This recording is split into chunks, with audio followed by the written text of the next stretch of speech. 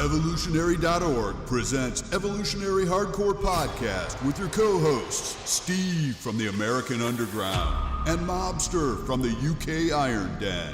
Get ready for the most hardcore and underground info in the industry. And here we go. 10, 9, 8, 7, 6. Morning, everyone. Evolutionary.org Hardcore Podcast coming your way. This is episode 140. Calum Von Moger. Stevesmi here, and the Mobster joining me from across the pond. How you doing, man? I'm good, but Calum's going to get some hate today. Hate. So, yeah, we're going to do Calum Von Moger in this one. And Calum Von Moger, he was regarded by many as the second Arnold Schwarzzenger because of his accent. He's from Australia, but Arnold was from Austria, but a lot of people don't understand that. They think that Austria and Australia are the same country. I've been called an Aussie. Are you from Australia? No, from London. Shut up, you idiot. Yeah, I don't get it. Yeah, it's weird. So they share a lot of similarities. They have one of those accents, weird accents to an American. I don't know if it's weird for you, Mobster. I don't know if I talk weird for you. Do I talk weird? Yes. Really? But you talk weird to me and I talk weird to you, so it's kind of weird. I've been told I talk too fast, too much, and with an accent, so I'm on the free for free. I'm winning all the time. In this case, they have a similar physique. They have an old school mentality. At least that's what Calum wants to preach. Although I don't know about that one. We'll kind of debate that one. Calum seems to be into more of that 70s look. He's not looking to be, Mr. Olympia, 300 pounds. And he's kind of a slapstick meathead with his personality. So, and, Monster and I were kind of debating on the pre-show about Arnold back in the 70s and in the 80s when he started doing movies. He would play some aw shucks, dumb meathead roles. But in reality, Arnold's a really intelligent guy. So we were kind of talking about maybe this is an act by Calum. That's how he kind of gets a lot of traction on social media. Or if he really is a smart guy, but just trying to play someone like Arnold was. I mean, Arnold's an intelligent guy. You can see him, talk in interviews and stuff. He knows what he's doing.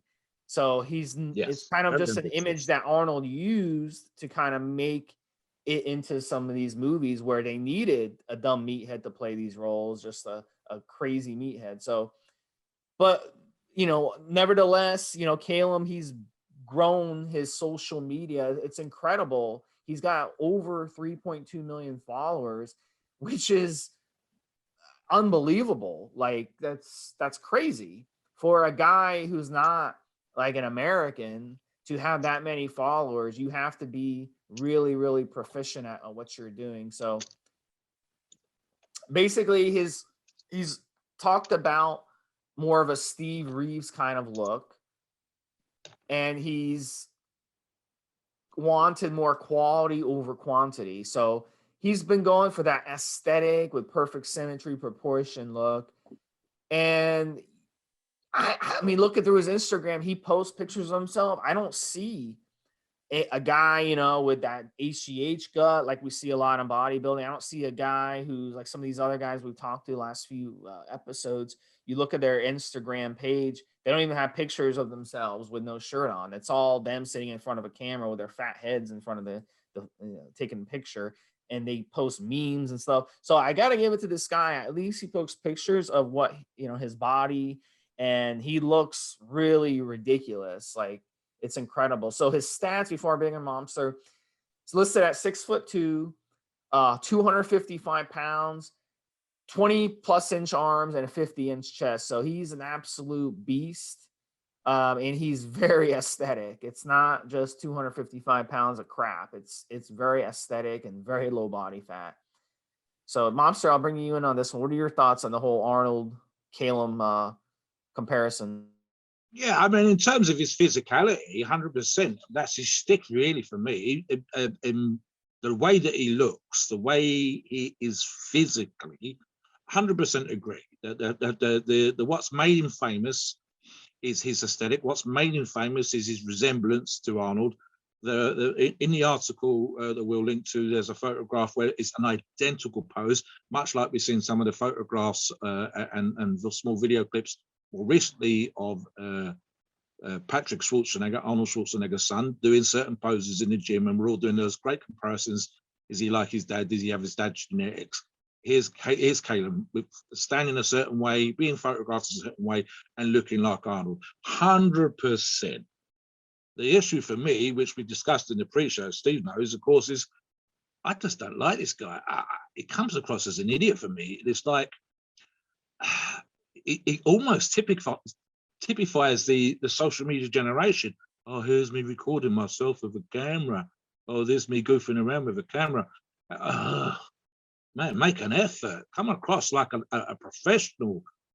We do these podcasts and we know that we've got to fill the time that we're on air, that we can't have too much cold air time, that we have to have done some background research, that we do a pre-show so we can know where we're going to go in the direction of the podcast.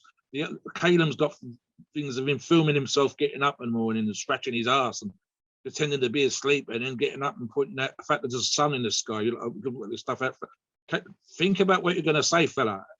Don't just kind of record random stuff. Maybe that's what other people are doing, but they're not famous. They're not taking money off you. Put an effort in. You don't have to jump out of bed and pretend the whole world's perfect, but man, I don't need to see you scratching your backside when you get out of bed in the morning and yawning for 10 minutes. I've got better things to do, even if it is just researching you for this podcast. Come on. So there's a semblance of that for me. I mean, the other thing, especially in terms of the social media, which I want to touch on more detail later on, Steve, in terms of the specific issues, but he's done some really stupid stuff for the views, for the likes on specifically YouTube, and again later on Instagram with video reels, etc. That really was just absolutely risking the kind of injuries that he's ended up having, and it was there are a bunch of people that have fallen off of tall buildings and cliffs and stuff like that, trying to get the perfect Instagram photograph. So people have died for a perfect picture. Here's a guy that has injured himself doing kind of stupid stuff, and one stands out in my mind. So there is a famous photograph done some years ago for Flex magazine when it was still in print, and I believe it's Kevin Levrone and Gunnar Schlierkamp. It was two professional bodybuilders, and they appear to be curling together a 405-pound barbell. Now, it's almost certainly fake weights, done with Chris Lund, and if it's not those two, it's two other fellas, but regardless, it's two professional bodybuilders curling this enormous weight, and it makes for a fantastic picture. It's 4 plates on the end of the bar. Calum decided to do something like this a few years ago with another athlete at Gold's Gym, and it was a real 405 pounds, not the fake stuff. And lo and behold, he gets an injury. And this is one of several incidences where he's kind of done crazy stuff, where he's either got injured to the point of muscle tears, bicep tear, quad tear, I believe, other injuries, or risked a really stupid injury, doing stupid stuff for the views, for the likes.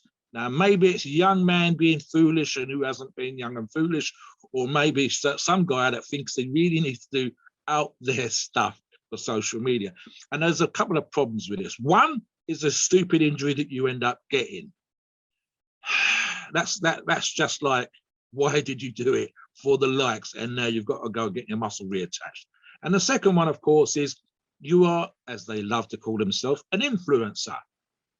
So you've got 3.2 million fans. If 1% of 1% do the same stupid stuff as you, that's an awful lot of young fellas that are potentially risking doing stupid stuff like you did and getting injured for the likes, for the views, for the thumbs up. I mean, that is just like, really, guys? Calum at least is getting some money out of this. Calum at least is making a living. You guys are getting nothing because you copied your hero. It's like, if I'm a fan of Arnold and Arnold decided to hit himself on the head with a hammer, no, I'm not that much of a fan. I'm not going to do stupid stuff. But there's a lot of people doing stupid things because they'll get likes on social media. And that to me is kind of like, I'm an older guy. I'll just say it. It's moronic. Why most of these things are done sober, not drunk, not high, sober for the likes. It doesn't make any sense to me, Steve. And this is one of several injuries that he's had. So yeah, there's that whole aspect. But the physical stuff, 100% agree. In terms of his physique, his aesthetic, the way that he trains, yeah, maybe he thinks he needs something else. Maybe he thinks that's not enough, and maybe that's the reason why he's done something. Or maybe it's just, as I said, young and foolish. You know, right there, I'm out with my buddies. Let's do some crazy stuff, and let's film it. I don't know. What's your thoughts on this? Where do you come in terms of the injuries and the stuff that he's done, Steve? What do you think? I think it's just, that's how it is, man, with social media. It doesn't piss me off as much. What pisses me off most about guys is when I see guys who are kind of using their social media presence to screw people in terms of, selling these horrible supplements and claiming they're the best thing ever. Crazy cycles. And using their and selling them these $500 training packages, which is our copy paste. And that's to me, that's false advertising, and it's blatant false advertising. And it's something that we as young men, Mobster, back when you were in your early 20s, I was in my early 20s, we fell for stuff like this. But it doesn't have to necessarily be in fitness. It could be anything. It could be, in an investment. It could be signing up for a credit card and having them screw you, and, all kinds of stuff. And people purposely targeting the younger people for that reason. With this guy, I find it interesting that if you link through his Instagram page, all he has is a clothing line. That's it. So I find that interesting that he's not pushing a bunch of supplements and pushing a diet program. If you go to his website, so I'm curious how he's making money. Yeah, I mean, that's a point. Yeah, that's kind of a point of mine. One of the most recent videos I watched as background research for the show is he's came back off an injury. The whole COVID thing, of course, has kept him out of the gym, same as everybody else. So he's doing this little bit of spiel where he's at the back of a car and they're getting ready to go to the gym with a buddy, and the buddy's filming, and he's taking his clothing out. And here's what this is kind of slightly frustrating for me. If you or I were doing exactly what he was doing, we would probably have a 5-minute conversation before the cameras rolled about, hey, how are we going to introduce a shirt? How are we going to introduce these training bottoms? And it's for me, it was slightly frustrating just from that kind of, maybe it's an Australian lackadaisical, we don't give a shit kind of thing, which Lee Priest does and all that. We're not that fussed with that sort of stuff. So maybe that's what it is. He's taking his stuff out the back of the car and it's like, oh, I think this is a vest. I think these might be coming out soon. Well, don't you know? It's your clothing line. What colours do they come? Oh, well, I don't know. Black. What do you mean you don't know, man? It's your company. It's your clothing line. You're meant to be making money from this stuff. It's almost like you said, how is he getting any money? Does he not? I run a supplement company. We sold clothing. I know how much the design for the print cost. I know how much it cost me to buy. I know what the markup was. I know that we gave away a certain amount of these things at competitions, what they cost me to produce for competitions. That was my thing, man, as the running the company. Calum's like, oh, I think these might be dropping some. Is it next week? Maybe next week or the week after? Calum is your company guy. Have another cup of coffee, liven up, and re-record that video. So you come across like, hey, listen, this shirt's coming out. It's the latest design. It's going to cost you $20, 10% with the Calum 10% code off, whatever. And hit me up, guys. Let's get this done. Let's sell 1,000 of these t-shirts so I can go to Miami.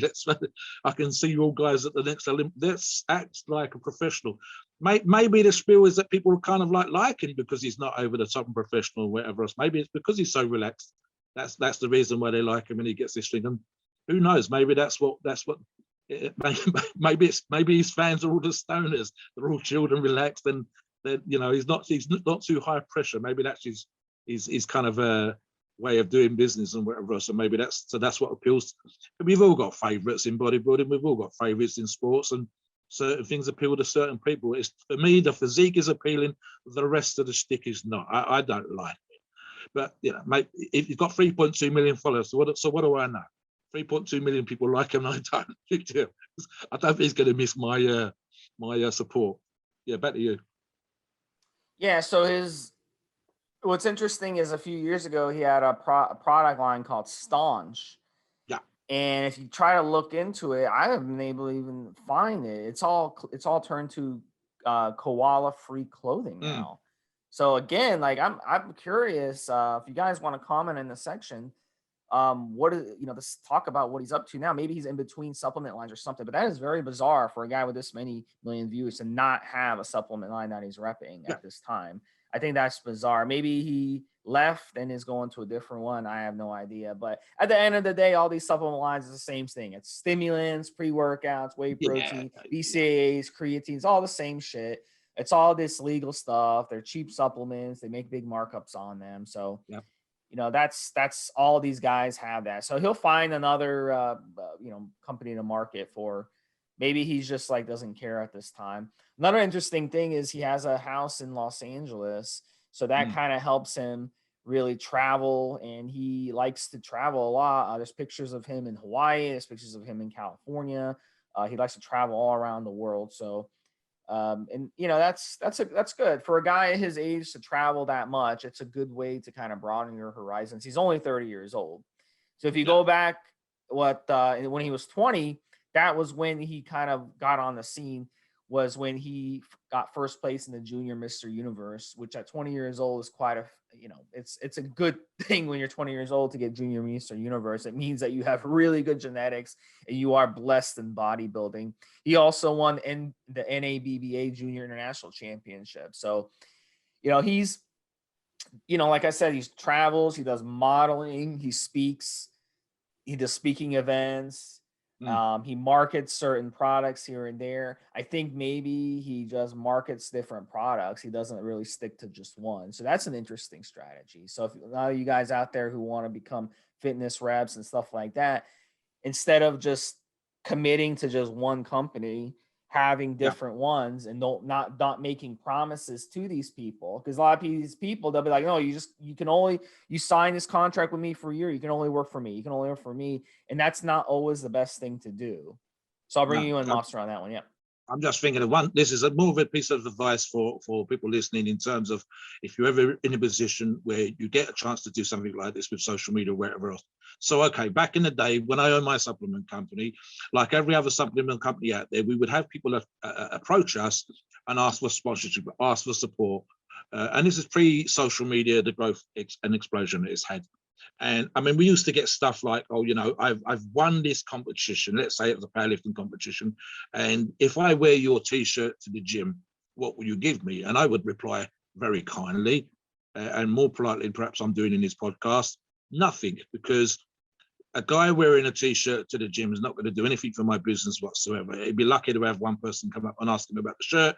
He's not pushing the products. He knows nothing about the products. His products are not in the gym. So how the hell am I going to benefit from that? This is quite simple, guys. If you are ever in this situation, whether it's producing your own products via a generic, a line, via a contract manufacturer, or you end up working for an actual supplement or a clothing company or any other kind of equipment company out there, you need to work. I'm not mucking around, guys. You can't, people are not just going to give you free money. That's not how it works. You are, unless you're mega famous, you can only working your way up to some kind of known personality type in social media, in the magazines, as a supplement influencer, whatever you want to call it. You need to work. And what I mean by work is you need to make sure that you mention the product. You need to know a little bit about the product. It's no good you just scooping powder into your mouth, swilling it down. We'll go, it's my favorite. What color is it? What's the name of the product? Show it to the camera. Do something. Think about how advertisements ever work. Now, it doesn't have to be over the top. It doesn't have to be too much on your face. That's just annoying. But be professional. Now, whether it's a clothing line, this is the latest top. I love the way that they've done the buttons. They're amazing. The quality is great. The cut's amazing. It makes my physique look fantastic. Earn your money, people. The company could easily be dropping you $2,000 to $3,000 in clothing, $3,000 to $4,000 in supplements. Make like you're a professional.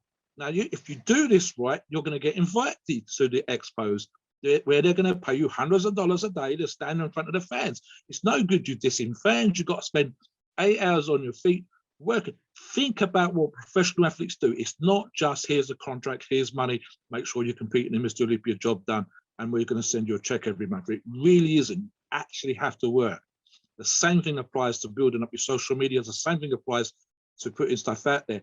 It helps, for example, and Stevesmi and I agree on this, if you put a little bit of thought process into your supplements. Certain things are generic. Creatine's kind of standard. But if you've got a pre-workout, make sure it's something that you formulated, that you put, oh, this is stuff that I've added these ingredients because I think these ingredients are amazing. Work. Actually do a proper professional job. Stevesmi and I are moderators. We're doing these podcasts because we have a working knowledge based on 20, 30, 40 years experience. And we know, because we've worked with supplement guys, we know because we've taken a great many products over the years. We've even done, as Steve said, we've made the mistakes in the past. This is the reason why we're in this situation. So you should be the same. If you want to build up your social media, be professional, act professional, know, to be crude, know your shit. Now, the rest of it is down to your personality. And I think that's probably where Calum's getting his stuff in terms of his personality. What's really cool, and I'll give him a bit of a thumbs up here, some of the better videos and some of the more interesting stuff is when he's actually met Arnold. There's a genuine thing with Arnold and him back and forth. There's a genuine thing in terms of him enjoying it. This is a thing where his body, his muscularity, his aesthetic has allowed him to be in a position that he gets to have a small workout with Arnold, that they're goofing around on camera, that Arnold comes over and plays up the fact that, you know, Calum looks like him and all this kind of stuff. And there's a relaxed thing going on. How cool is that? I mean, Eddie Hall, world's strongest man, said that one of his greatest things of becoming world's strongest man was eventually going into business with Arnold Schwarzzenger, he went to one of those evening whiffs, meets Arnold afterwards, off camera, they agree a contract so that Eddie puts on an Arnold in this country, which of course has been delayed because of COVID again. But he said that would be his thing, that becoming world's strongest man, the opportunity not just to sit down and have a one-to-one with Arnold, but actually going into business with him was a dream come true. That's the stuff that we're talking about here. And I think this comes across in a couple of the videos that Calum's done, not just pretending to be Arnold in the Weeder movie, but meeting Arnold, doing stuff at Gold's Gym, goofing around on camera, having fun, and meeting your heroes. That's always great fun. And that genuinely comes across in a really, really nice way. And perhaps maybe that's a spiel, that's a stick as well, that you get to meet your heroes because of how you look. So that's great fun. I'm sure Steve's got some experience the same as what I have, where people know who I am in the strength community because of what I've managed to do.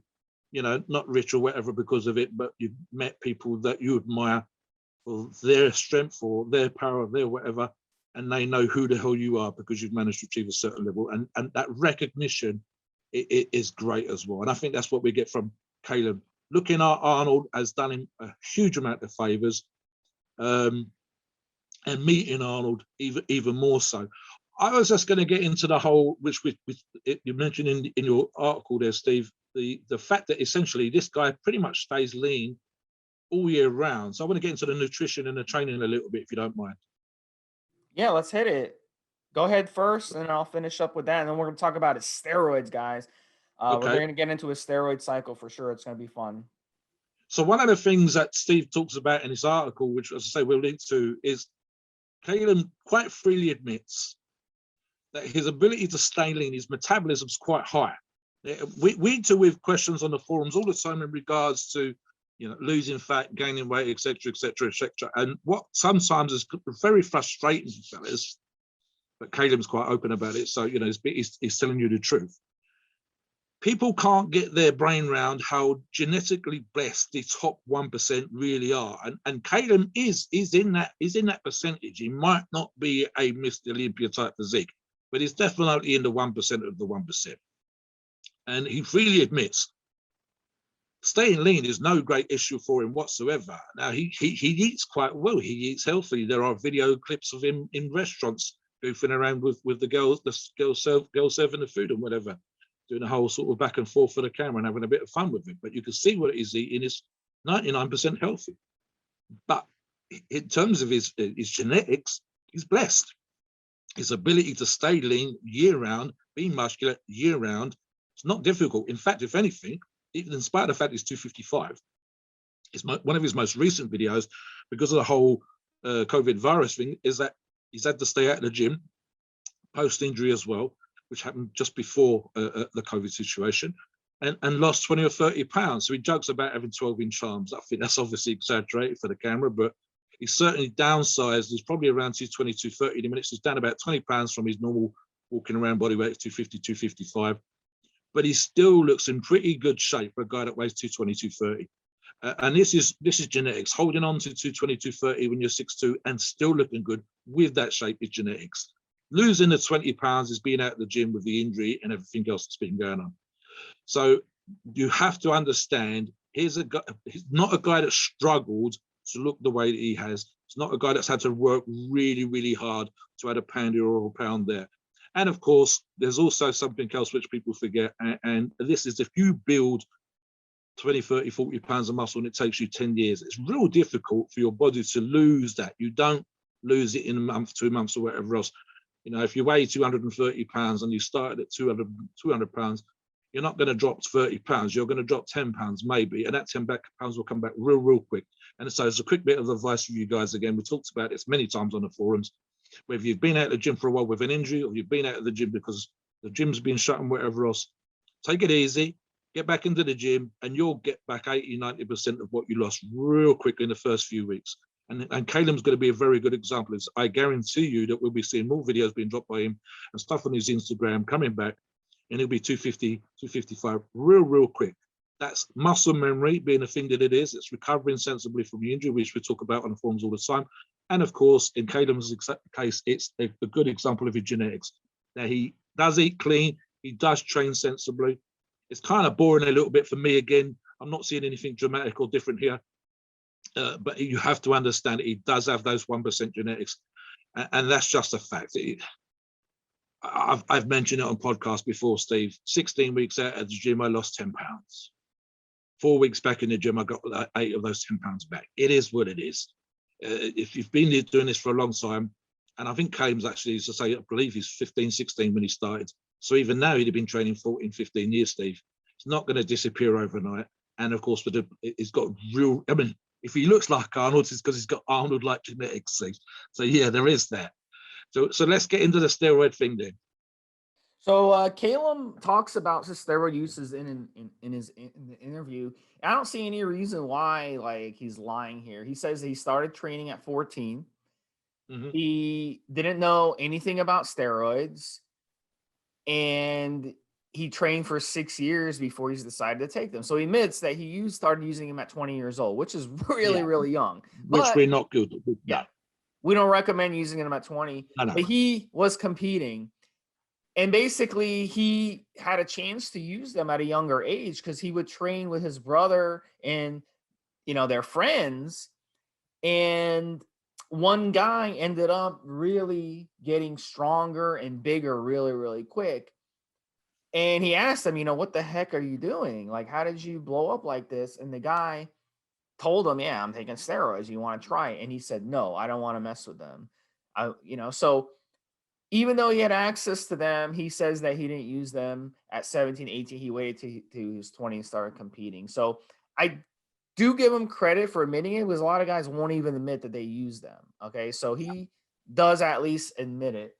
And he actually says, if you want to place in the top 5, this is exact quote, you have to take steroids. So, you know, in his situation, he started using them at 20. He's 30 years old now. He's 30, 31 years old now. So he's been using them for a decade. So we can kind of speculate on what a cycle would look like for a young guy in his 20s who's going to compete and who wants to have this huge social media following and who's monetizing this.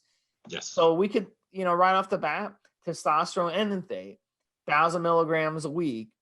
You know, he could be, that's probably the max that he would ever run. I would think that he would run less, even 100 or 200 milligrams a week only, because he wants to stay without the water retention. He doesn't want the aromatization. So that's the max that he would run. That would be something that he would do, not when he wants to take a bunch of pictures. It'd be something off, because testosterone aromatizes, it goes in your body, aromatizes into estrogen. And estrogen is water retention. We don't want water retention. We want to stay lean.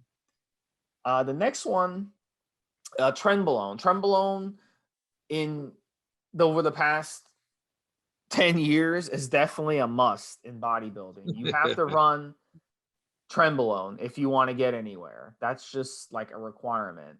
So we can assume that, yeah, he ran trenbolone, 500 milligrams a week, maybe more than that, maybe a little less. But trenbolone is a must, because trenbolone is the most powerful steroid you could possibly run. And it just makes your entire stack even stronger. It's just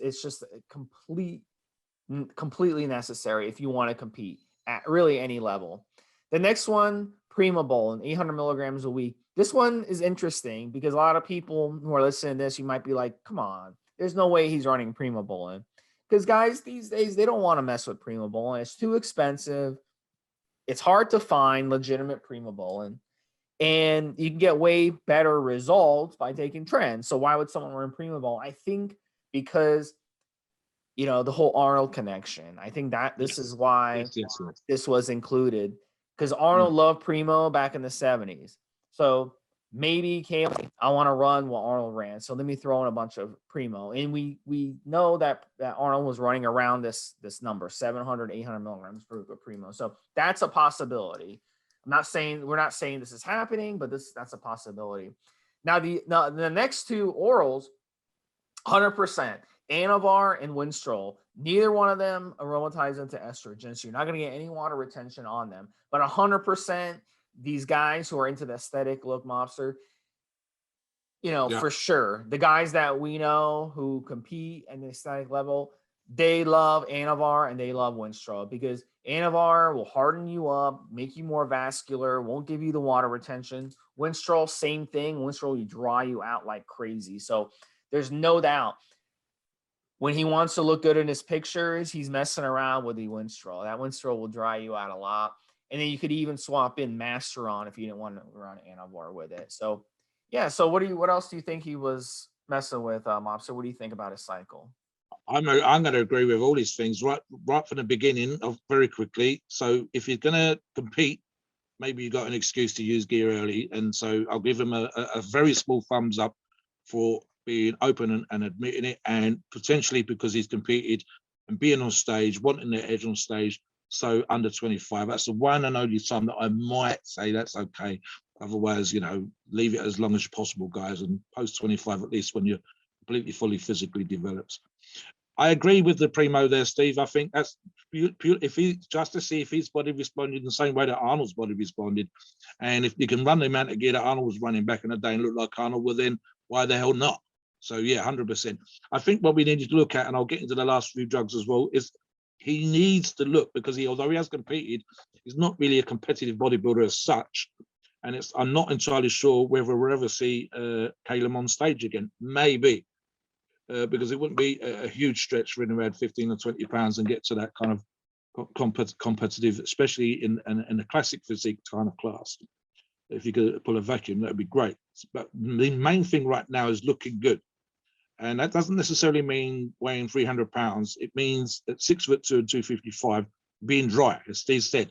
So when you talk about the Anavar, 100% for staying hard, the Winstrol, much the same. And the last three drugs specifically is not running these excessive amounts, Steve. The GW, especially the last drug, is about that condition. That's about the cardio. It's about helping you get off that little bit of body fat, etc., etc. So I can imagine, even with his genetics, a little bit of help here and a kind of almost sensible levels. The GW has been run at the very same dosage that we'd recommend for everybody else. There are guys out there that think you have to double up and triple up. That's just stupid. If the drug's been proved again and again and again and again to be effective at a certain amount, and it's going to work for 99.9% of the guys, unless you're some absolute freak, you don't need to run it at a different amount. So when we talk about 20 milligrams here, as a way of helping his cardiovascular, as a way of helping him keep the fat off, it works for nearly everybody you can think of. It's going to work for him too. 4 IUs per day of insulin. I can see him not necessarily doing this all year round. He strikes me as a guy who wouldn't necessarily do the same things all year round just for being lazy and not doing, one of the videos has got him sort of, I won't do faster cardio today, I need something to eat. But faster cardio was on the plan. So I can't see necessarily this is a guy that's going to be doing this year round, purely and simply because maybe it's just too much for him to think about doing it all year round. But the 4 IUs a day seems to be a perfectly reasonable dose when he does use it, when he needs to get in shape. And there's going to be times through the year when he's doing photo shoots. There's going to be times through the year when he needs to look a certain way, whether he's, as we mentioned earlier on, expos and so on and so forth, needing to look in condition, needing to look aesthetic, needing to extra edge. And there's 6 IUs per day of human growth hormone as a quote unquote fat burner in conjunction with the steroids. And again, as a tissue repairer, and specifically, as I mentioned earlier in the podcast, because of injuries that he's had, doing the stupid stuff that he's done for the videos, for the likes, certainly great injury aid to recovery. And again, in conjunction with steroids, helping him stay lean, helping him keep in shape. Now, again, these numbers are kind of almost sensible. The HGH may be a little bit higher than I prefer. Insulin seems to be there or thereabouts if you do well on it. Not everybody does. And the cardarine, again, is exactly the same dose that we would recommend for everybody else. So it doesn't have to be running crazy stuff.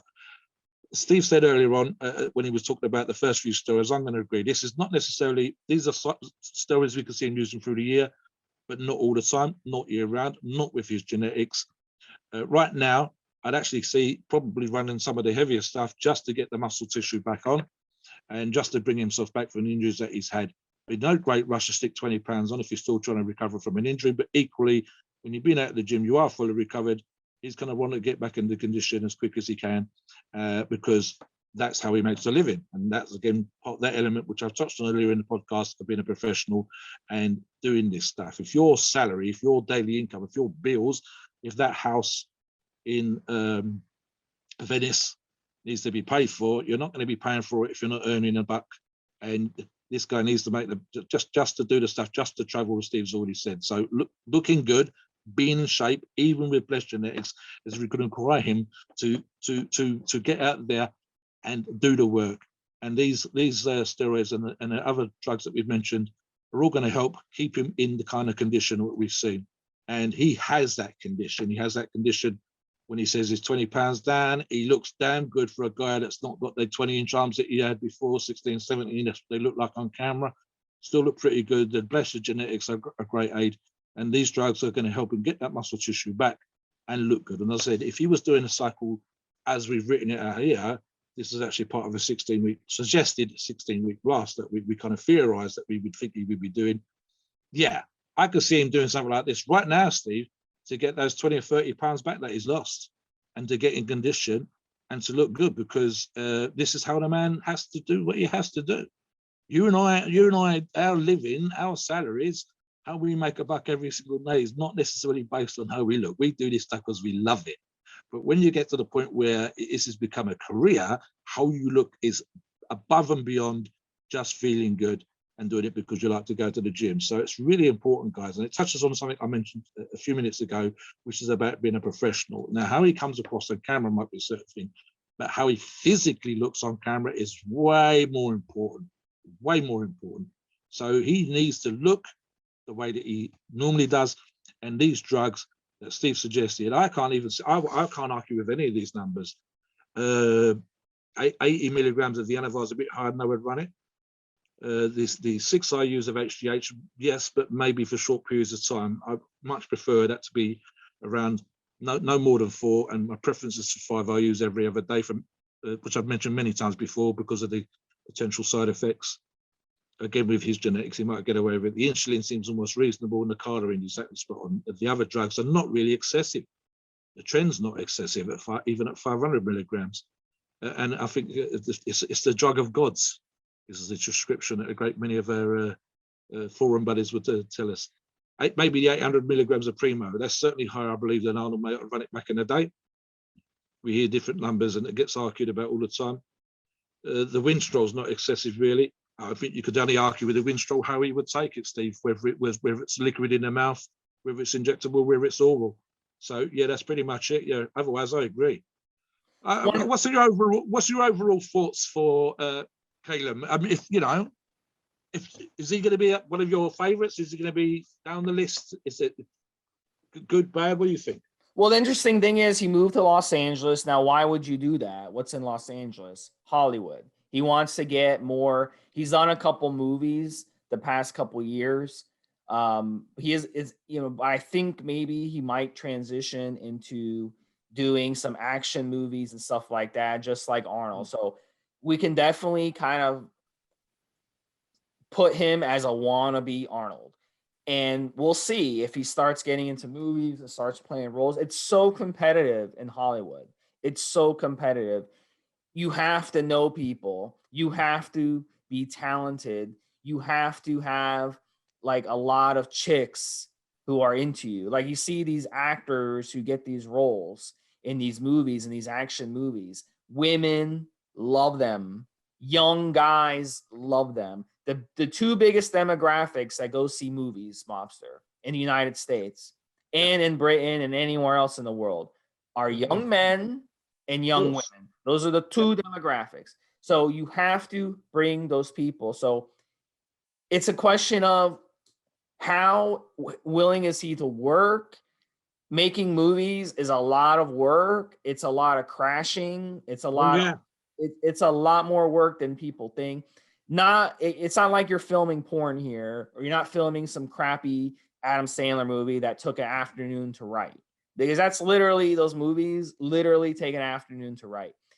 If you want to act in like a good quality movie, these are good quality movies. They're not going to hire you to be in the movie as a main actor unless you can prove that you can show up on time, that you can be punctual, that you can work hard, that you'll be reliable and all that stuff. That is one of the things Arnold was good at.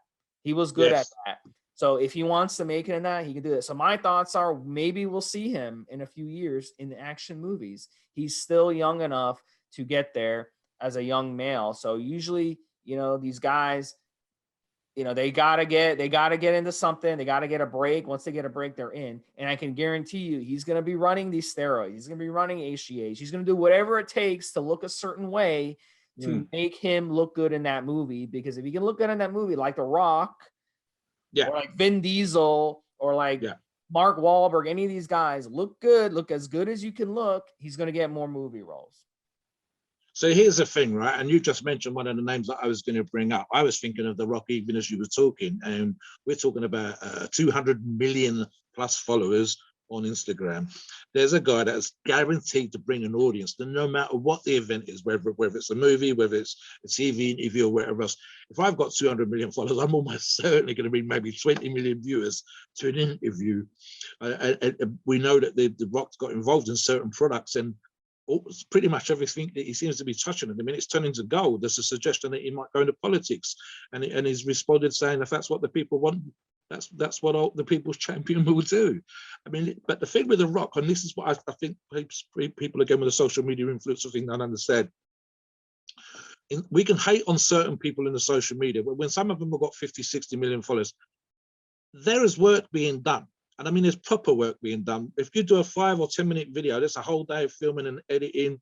You're bringing in people that are great cinematographers, really good with a camera, really good with editing.